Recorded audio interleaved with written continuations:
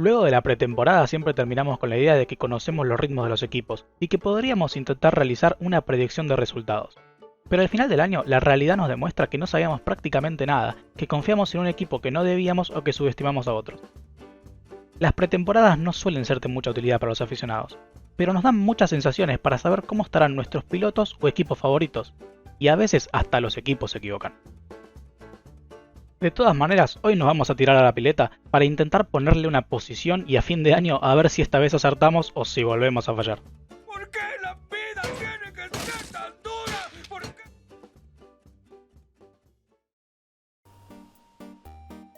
Lo mejor de esto es hacerlo con amigos, pero si vos querés podés recordar este video a fin de temporada y jugar conmigo. Tenés que sumar puntos dependiendo de qué tan acertada está tu predicción. Voy a hacer un ejemplo con los resultados del año 2022. Un puesto adivinado a la perfección vale 2 puntos. Un puesto que esté errado por una sola posición valdrá 1 punto. Y un puesto errado por más de una posición no vale nada. Acertar a los 3 primeros vale 2 puntos.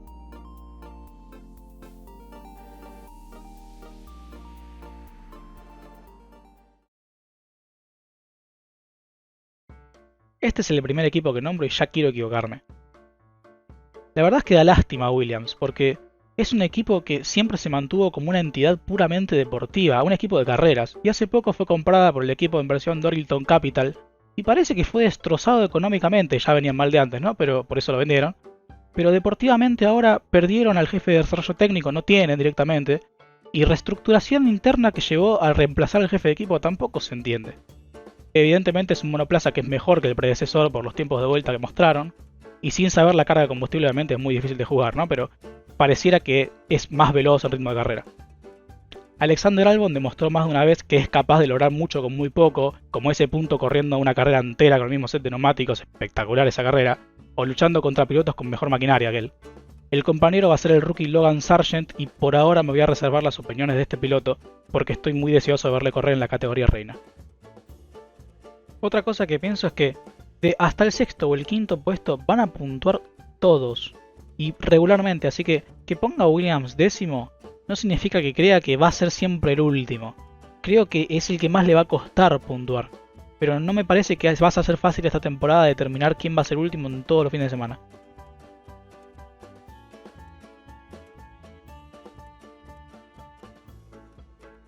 No voy a mentir, me parece una idea muy absurda contemplar que McLaren pueda terminar noveno. Pero bueno, venimos a jugar y la verdad es que la pretemporada de McLaren fue una decepción absoluta, tanto para la gente como para los que estaban dentro del equipo. Parece ser que Lando Norris tampoco estaba muy contento porque se dice de que presuntamente habría negado 2 veces un contrato con Red Bull y año tras año McLaren parece ir cayendo en la clasificación en vez de ir mejorando. De hecho, mejoran cuando está por terminar la era de regulación. Bueno. Al lado de él vamos a ver a Oscar Piastri, que a pesar de ser una joven promesa y haber tenido una muy buena participación en la Fórmula 2, su talento en Fórmula 1 no lo pudimos ver ni en los test, porque el coche no salió. Tuvieron problemas con los deflectores delanteros, igual que el año pasado, problemas en los frenos. Y la verdad que yo creo que lo van a solucionar, espero que lo solucionen.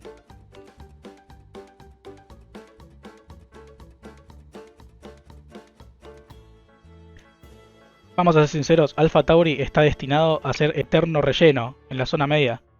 A pesar de haber tenido momentos muy altos en la temporada pasada, creo que es imposible que a partir de ahora Red Bull le dé el presupuesto o el permiso para dar un paso necesario de luchar en puestos más altos. Yuki Tsunoda es un piloto que a pesar de tener talento no terminó nunca de encontrarse cómodo en la Fórmula 1 y tuvo varias carreras muy brillantes, pero también otras que comete errores que cometía en los primeros intentos en la categoría. Va a estar acompañado de un rookie que no se puede saber cuáles van a ser los resultados generales, pero Nick de Vries es un piloto que es mayor, que está acostumbrado a correr en monoplazas porque fue campeón de la Fórmula E, pero no lleva experiencia en Fórmula 1, tiene experiencia en carreras, así que creo que incluso va a estar al nivel o incluso mejor que Yuki Tsunoda. El equipo Haas pasa bastante desapercibido esta temporada, teniendo en cuenta cómo fue la del año pasado, que fueron una sorpresa absoluta. El coche es claramente una evolución en dirección al estilo Ferrari, por lo que se puede esperar una mejora en relación al año pasado. De hecho, el equipo Haas compra partes a Ferrari, todas las que puede, y además del motor que son clientes. Mi principal razón para poner a este equipo acá es que llegó Nico Hülkenberg de vuelta al pilotaje titular. No es que crea que Mick Schumacher era malo, de hecho yo quería que siga, para mí es un piloto que tendría mucho futuro y que lamentablemente el apellido hizo que tenga un estándar de que no iba a alcanzar, por lo menos a esta edad, habiendo corrido solo 2 años y en un año no tuvo compañero para compararlo. Pero Nico Hülkenberg junto con Kevin Magnussen son dos pilotos que son muy constantes, tienen mucha experiencia los dos. Kevin Magnussen es muy agresivo, Nico es más tranquilo y va a sumar muchos puntos entre los dos para mí. Es arriesgado ponernos esta situación igual, porque es un equipo que cuando tiene que hacer mejoras no las hace porque no tienen presupuesto, entonces esperan a necesitarlas, y cuando las necesitan ya es muy tarde. Igual suma puntos en mi predicción, por eso está tan arriba de hecho, porque tienen un pitbull chiquito. No se puede estar en contra de un equipo que tiene un pitbull tan tierno. Alpine tuvo muchos problemas entre temporadas, creo que todos los que nos gusta la Fórmula 1 lo sabemos, que tuvieron el escándalo Piastri y Fernando Alonso, perdieron a su estrella y encima también al que lo iba a reemplazar. Aún así llegaron a la temporada de Bahrein pretemporada de Bahrein con Esteban Ocon y Pierre Gasly, hicieron todos los tests de una forma muy diferente al resto de equipos. Intenté buscar a ver otras personalidades del mundo de la Fórmula 1 a ver si podían explicarlo mejor, pero ellos cuando todo el mundo estaba haciendo tandas largas, ellos hacían tandas cortitas, cuando todo el mundo estaba haciendo vuelta rápida, ellos salían con los duros. Debe ser una forma de esconderse o estaban probando otra cosa, seguramente. Y probablemente tengan más ritmo que el que demostraron estos 3 días, por eso lo puse un poco más arriba de lo que yo los habría puesto si hubiera hecho caso puro a lo que vimos en la pretemporada. Yo creo que van a mejorar igual, de verdad, el año pasado, porque tuvieron unos problemas de que no solo tenían problemas de ritmo en ciertos circuitos, sino que muchos fallos de fiabilidad en la unidad de potencia que seguramente solucionaron.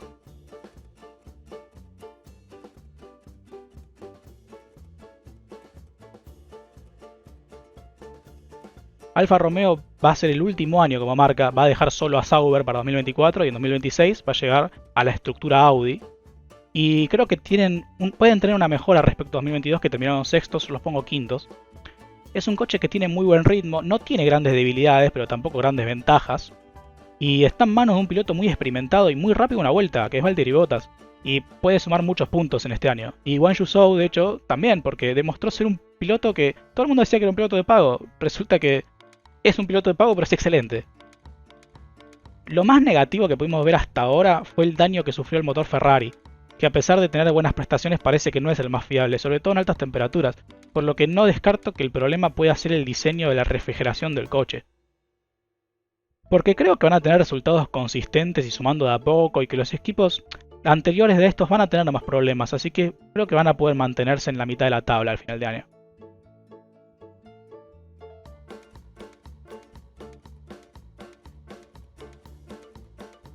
Aston Martin es un equipo que está contratando personal muy importante de otros equipos. Para mí que Lawrence Stroll tiene suficiente poder como que un día se levanta a la mañana y dice: tengo ganas de contratar al jefe de aerodinámica de Mercedes, y fue y lo hizo. Y además se da el lujo de: uy, se fue mi tetracampeón mundial Sebastian Vettel. Voy a llamar a un tal Fernando Alonso. Debido a esta inversión, y por el tiempo que mostraron en tandas de simulación de carrera de la pretemporada, que creo que Aston Martin llegó a tener el ritmo de Ferrari con Carlos Sainz, de verdad, tienen muy buenas chances de situarse como el mejor del resto. Es un coche que tiene muy buen ritmo de carrera y se vio en las manos de Fernando de que tenía el ritmo de Carlos Sainz en un Ferrari, que es verdad que el Ferrari tiene degradación y ya vamos a hablar de eso. El problema, para mí, es que no se puede seguir favoreciendo a Lance. No digo que no tenga talento, de hecho es muy bueno, tiene días de brillantez, pero hay otros que es capaz de sacar de pista al compañero de equipo o no mira los espejos, cosas que parecen típicas de él y no deberían, porque es muy bueno. Si Aston Martin lo hace bien, tienen coche y tienen pilotos para conseguir cuarto puesto.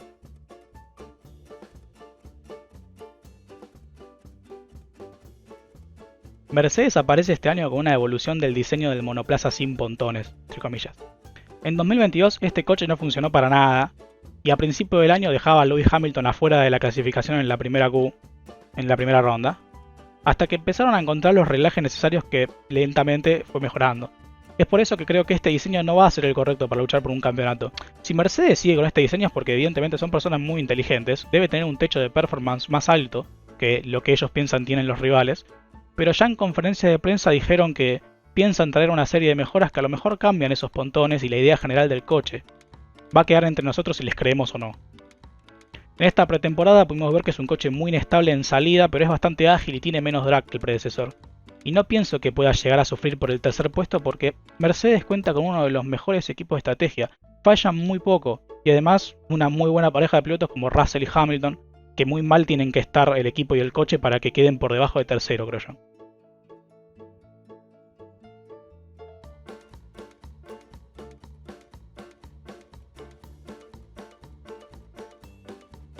Ferrari es un puesto complicado. Vienen de haber hecho uno de los mejores coches de la regulación, pero con problemas muy grandes como la fiabilidad de la unidad de potencia o el desgaste de los neumáticos, que es muy importante, y también evidentemente los errores garrafales en la estrategia. Es un equipo que teniendo el mejor coche te puede quedar perfectamente primero como cuarto. Y si no fuera porque Charles Leclerc y Carlos Sainz son excelentes y hacen lo mejor con el monoplaza cada fin de semana, capaz que serían. Ambos pilotos tienen altibajos, pero en general son de las parejas más fuertes de la parrilla, y se espera que el SF23 haya solucionado algunos problemas, pero la reciente reestructuración interna del equipo me pone en duda esto.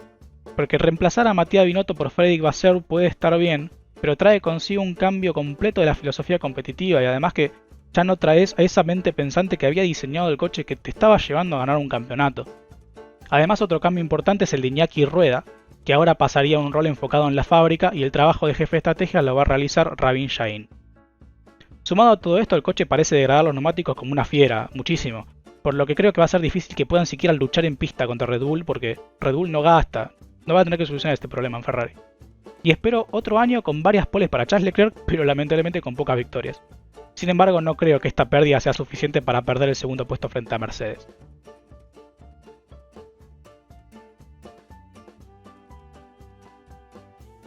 Y sin duda alguna Red Bull es el principal competidor a batir este año.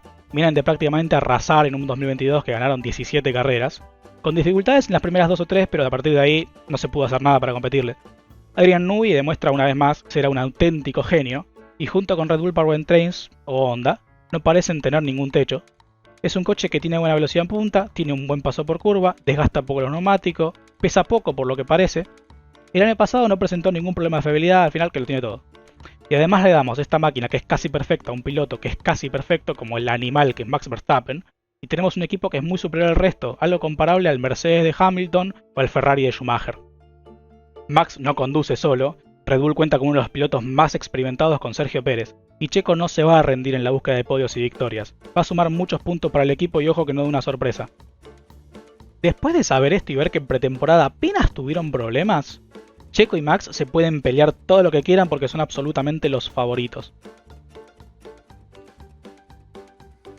Y esto es todo, estos son los 10 equipos. ¿Estás de acuerdo con la lista? ¿No estás de acuerdo? ¿Habrías cambiado algo? Contame en los comentarios. Si el video te gustó, por favor dale like y suscríbete que me ayuda un montón, el canal es nuevo y nos vemos en el próximo video.